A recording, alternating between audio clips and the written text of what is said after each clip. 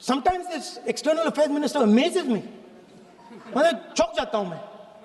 He says that now even defense minister, we have deterred Pakistan. Acha, you have deterred Pakistan? Fine. The man behind Pahalgam is a Pakistani general called General Munir, Chief of Army Staff. That man is having lunch with the President of the United States. He is sitting there. Our Prime Minister cannot go there. Mr. Trump is breaking all protocol, and he's inviting the man who has done terrorism in India to have lunch with him. Prime Minister hasn't said anything. Prime Minister has not said, how dare Mr. Trump invite Mr. Munir to his office. माननीय सदस्य, इसको माननीय सदस्य, now let me say what Donald Trump has to say. माननीय सदस्य, ये सदन, let me say what Donald Trump has to say. ये सदन की संपत्ति है, इसको मत तोड़ो. Sorry sir, गलती हो गई. Now we have, according to this government, they have deterred Pakistan, and the mastermind of the whole operation is having lunch with the president. Mastermind. After that, the President of the United States says, reason I had him here was I wanted to thank him. I wanted to thank him for what? I wanted to thank him for not going into the war and ending it. Let me repeat it. The reason I had him here for lunch was I wanted to thank him, the man who carried out Pahalgam. I wanted to thank him for not going into the war and ending it. Shame, very shame. Now, currently, General Munir, US General Michael Kurilla, head of their command structure, and generals from 4 Central Asian countries right now are having a conference on how to prevent terrorism. Right now. So while these people are running around telling the world that Pakistan has done terrorism, the United States is having lunch with the man and organizing and trying to figure out how he can help them fight terrorism. I mean, which planet is the foreign minister sitting on? Like, please come down. I don't know where you are. Come down. You have flown off somewhere. Right? The second thing, new normal. New normal is the chief architect of Pahalgam is having lunch with the President of the United States. New normal. Now there's another new normal. There's another new normal. Fantastic idea. I don't know whose it was. At the end of the operation, by the way, the operation is still going on. They have declared victory, but it's still going on. Right? At the end of the exercise, they say, the government of India says, any act of terror is an act of war. Now, do you understand what this statement is saying? What this statement is saying is that any terrorist now who wants to make India fight a war has just got to do one attack in India. मतलब आपने पूरी की पूरी power आतंकवादियों को उठा के दे दी कि भैया आपको युद्ध चाहिए ना, आप एक अटैक कर दो, युद्ध हो जाएगा. It's craziness. You have taken the entire idea of deterrence and turned it upside down. Right? So today, no, one second, you're laughing. Tell me something. The next terror attack that happens, what will you do? What will you do? You'll attack Pakistan again? So now, the moment they know that you're going to attack Pakistan, they just have to do a terror attack and they know you're going. So, this government is clueless even about what deterrence means. Right? This government is clueless about what political will means. This government is clueless about what it means to let the Army, Air Force, Navy fight. That's the reality of the situation. Now, I said in this house, standing right here, about 3-4 months back, and they laughed at me. They laughed at me. I said that please understand that India's biggest foreign policy challenge has been to keep Pakistan and China separate. And I said here that I am sad to say that you have destroyed the single biggest, most important goal of Indian foreign policy. China and Pakistan are fused like this. Okay? Now let me tell you what that means. Well, let me tell you what that means. It means, sir, अगर आप समझना चाहते हैं मैं समझा दूंगा थोड़ी देर बाद. प्लीज समझा दूंगा सर. प्लीज आप समझा दूंगा तो बैठ जाएंगे sir. Don't worry, I am ready to do it.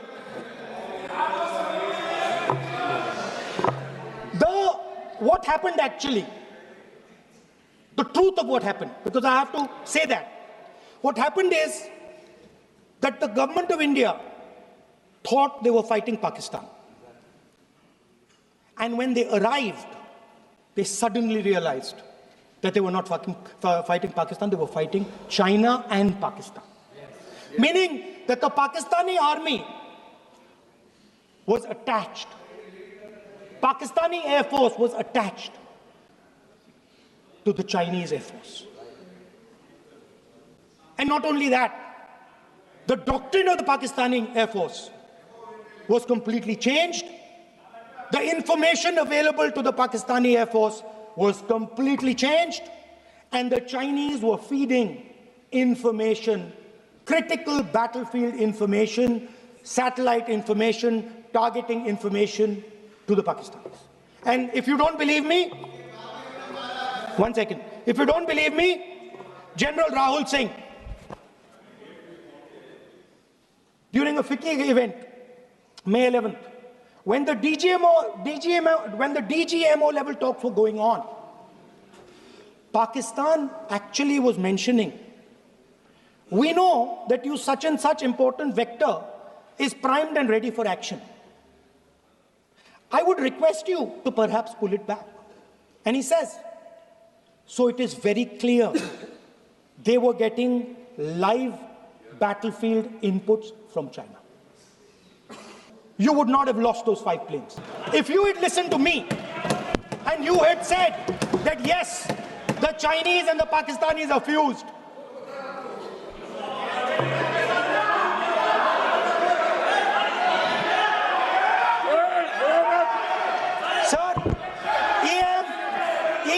External Affairs Minister says, yesterday in his speech, he says, the two-front war concept is a very old concept.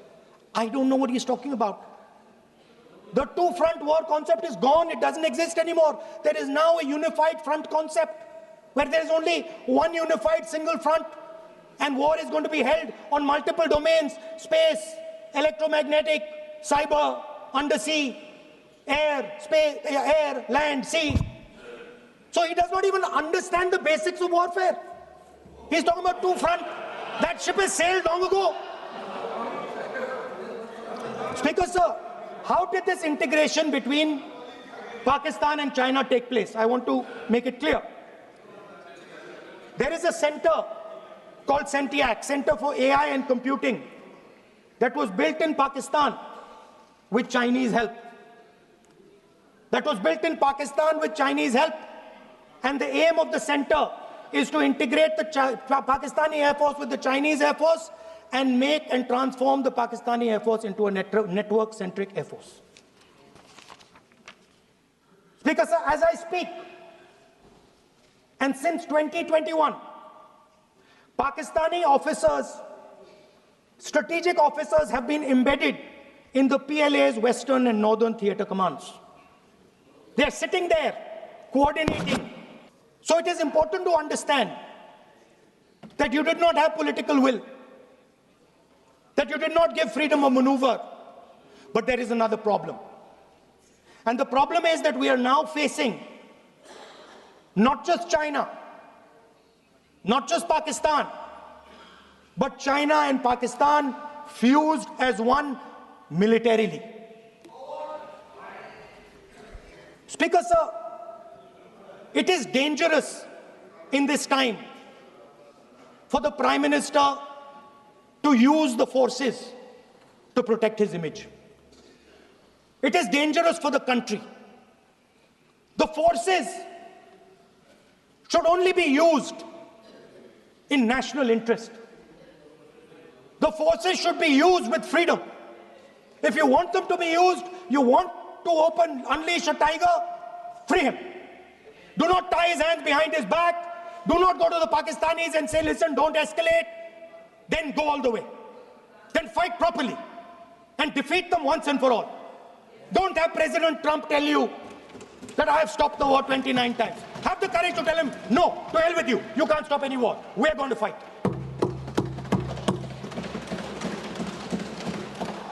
Speaker, sir, there is also I don't mean to keep mentioning External Affairs Minister, but it comes up because he's central to this that shows the complete bankruptcy of the foreign policy of this government. Please remember that not a single neighboring country, not a single country condemned Pakistan. Not one. They condemned terrorism, they didn't condemn Pakistan. This is something that he didn't say. Now listen to what he has to say. And this shows you the mindset of these people. This explains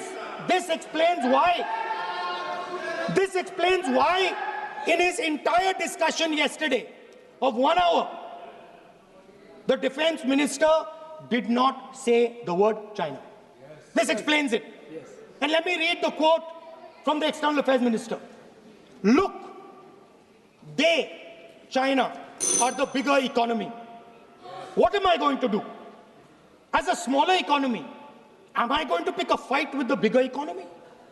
It is not a question of being reactionary. It is a question of common sense. Meaning he is scared. And this is the point. The point is that we are now facing in front of us Chinese and Pakistani fusion. And it is a very dangerous time. As you can see, it is a very dangerous time. And we cannot afford a Prime Minister who does not have the courage to use the army the way it has to be used. We cannot afford a Prime Minister who does not have the guts to say from here that Donald Trump is a liar. He didn't stop India from fighting. Okay. He's lying about the planes. Okay. We need a Prime Minister who completely frees the army, frees the Air Force, frees the Navy and says, go, khatam karo kaam ko, like Indira Gandhi did. Thank you, Speaker, sir. I'd like to end by saying this entire discussion is about the people who died in Pahalgam. It is a tragedy, and it was very disturbing to me. Again yesterday, where they were talking about everything. They were talking about Pakistan, they were talking about everything. But they did not mention the people who died in Pahalgam. Okay. So let me finish. Finishing. Otherwise, you are not allowing, sir, LOP. This time only allowing. Other time, mic is not allowed. Sir, do not allow India to be reduced to a battlefield where large powers are fighting. We have to navigate. We have to protect our interest. Second, to the Prime Minister, the nation is above your image, above your politics, and above your PR. The forces are above your PR, your image, and your politics. Have the humility to understand that. Have the dignity to understand that. And do not sacrifice the armed forces and national interest for your own petty political gains. Thank you, sir.